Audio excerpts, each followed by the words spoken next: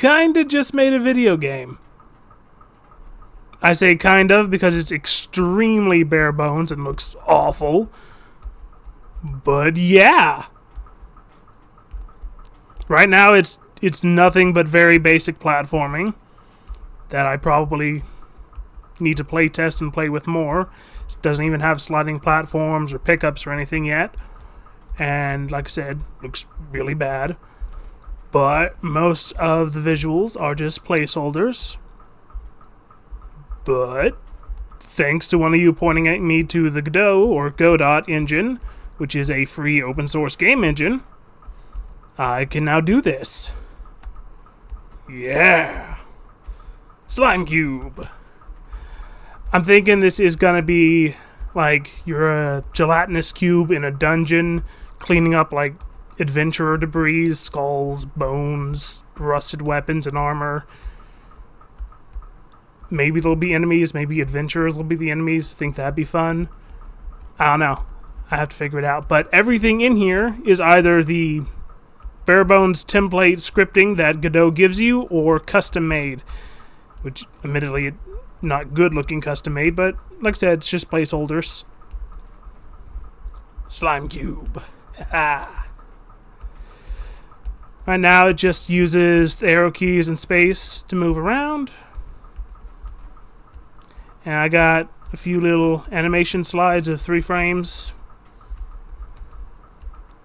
But yeah, I made a video game. It even kills you if you fall off the map. Though it doesn't have an end screen yet. Don't know how to do that yet. But yeah, you fall off the map, it resets. Gotta figure out how to give you lives or something. I don't know, it's got a lot to work on it, but this was fun. Oh, you guys don't want to know how long it took me to figure this out, but we've gotten the game to the point where you start on a blank screen. You hit, let me make sure it's actually registering my input. Space to enter it. It looks a little bit better. But after you move around, if you hit a death area, it goes to a end screen, and then you hit space, and then it finally starts over again at the menu, and you space to go back into it. This took so long to get working, but now it's working.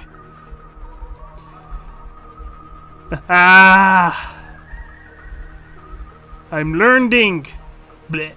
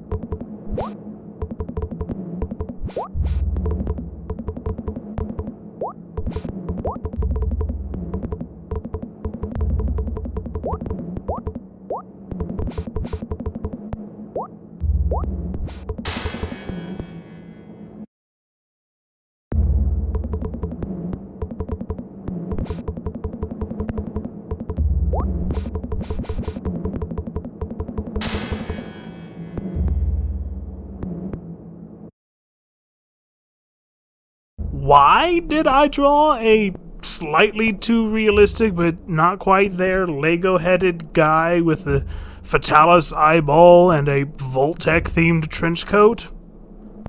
Well, you see, actually, minor update I'm working on for the game. We now have the beginnings of an actual control screen start menu here. So, the spinning bones will give you 1 point. This rusted sword and another object I haven't implemented yet are going to give you 5 points and have a different sound effect. At the 10 points, we're going to have a slowly spinning skull. And then at the 50 points, we're going to have wandering souls. Well, I probably could actually get it to move back and forth, but for the moment it's just going to bob up and down a little bit as the sprite animation. Still, let me show you what it's looking like. Said when you first start or after you die, you'll come to this menu now. Still looks rough, but I'm gonna make it look better later.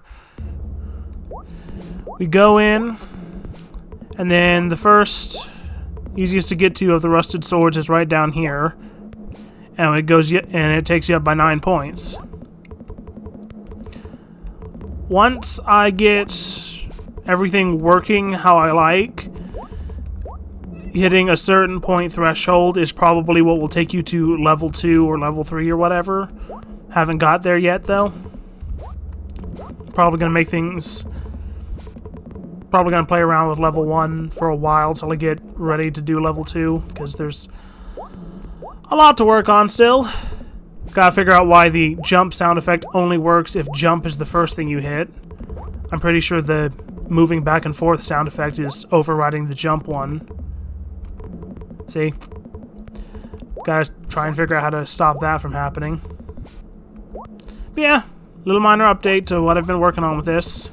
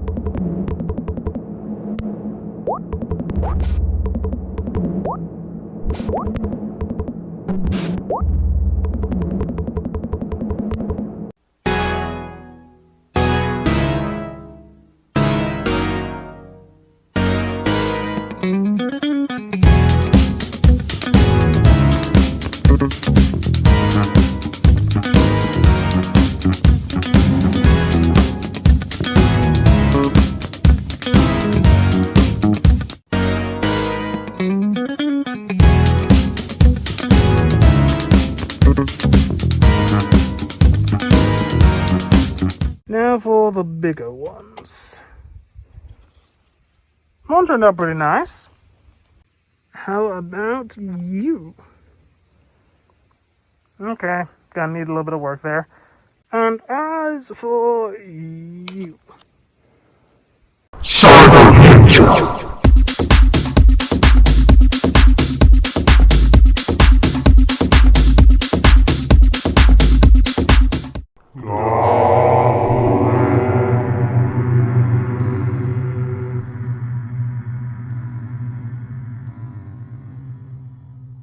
I've been seeing a lot of really cool Silksong fan art recently. A lot of it 3D stuff done in Blender, and I kinda wanted to do my own.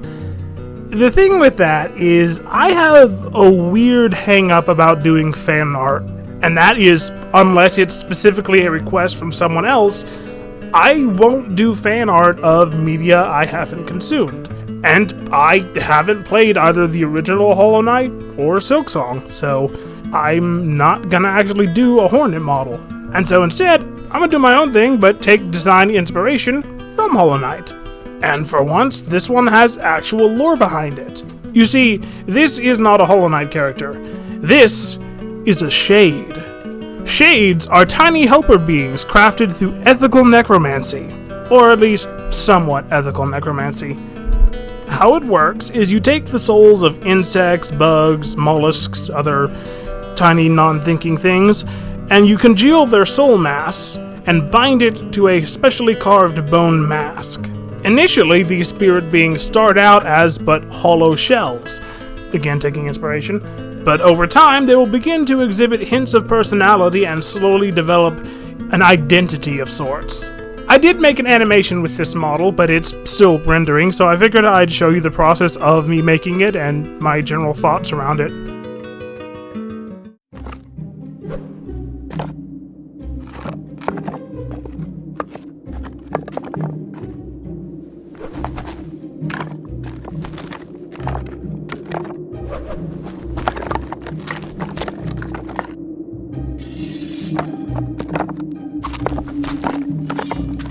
You know how I said, like, 2-3 videos ago that I wasn't gonna do Hollow Knight fan art because I hadn't played either game?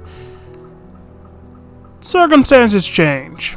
Got no idea how far in I am because I've managed to keep somewhat spoiler-free all this time, but the last true boss fight I did was Hornet, and now I'm in the fungus area, in case you were wondering. And I've been really enjoying it so far, though.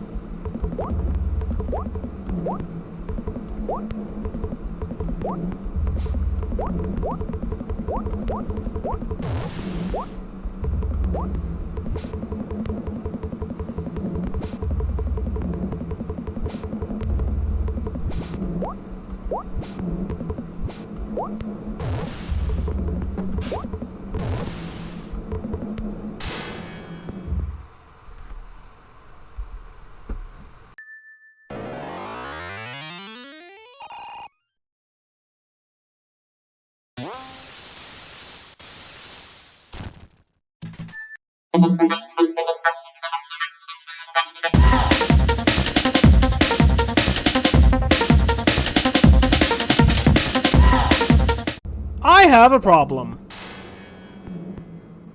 You see, the game I've been developing is too big. You see, although the first level of the game is now fully playable, the exported application file, when compressed and zipped, is a little over 30 megabytes, which, that's not a crazy huge file, but it is bigger than what Discord allows me to upload.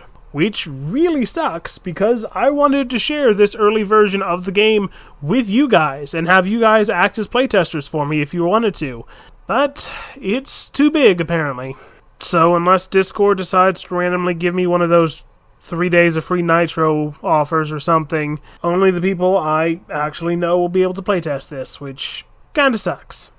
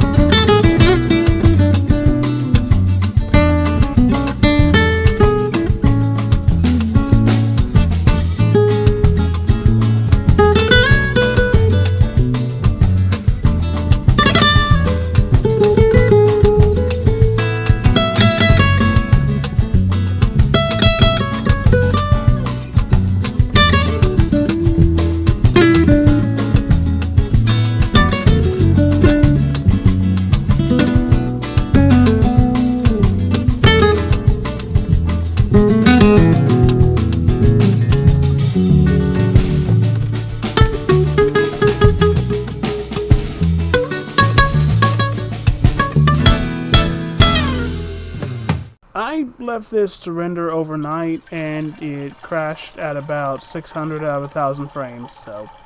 It was also taking a phenomenal amount of time to render, so I have decided to get rid of the bubbles and do it again. I'm also not sure why the bubbles were moving so fast. They should have been a lot slower, but meh.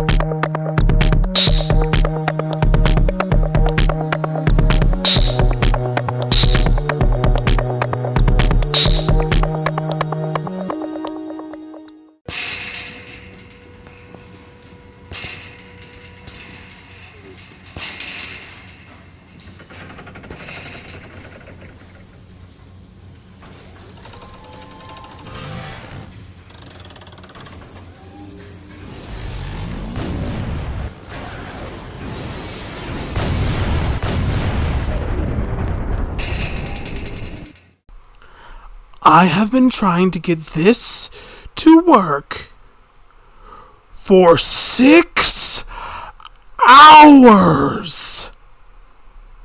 I have been fighting this cloth simulation to get it to work correctly for 6 hours. I need you to understand my pain.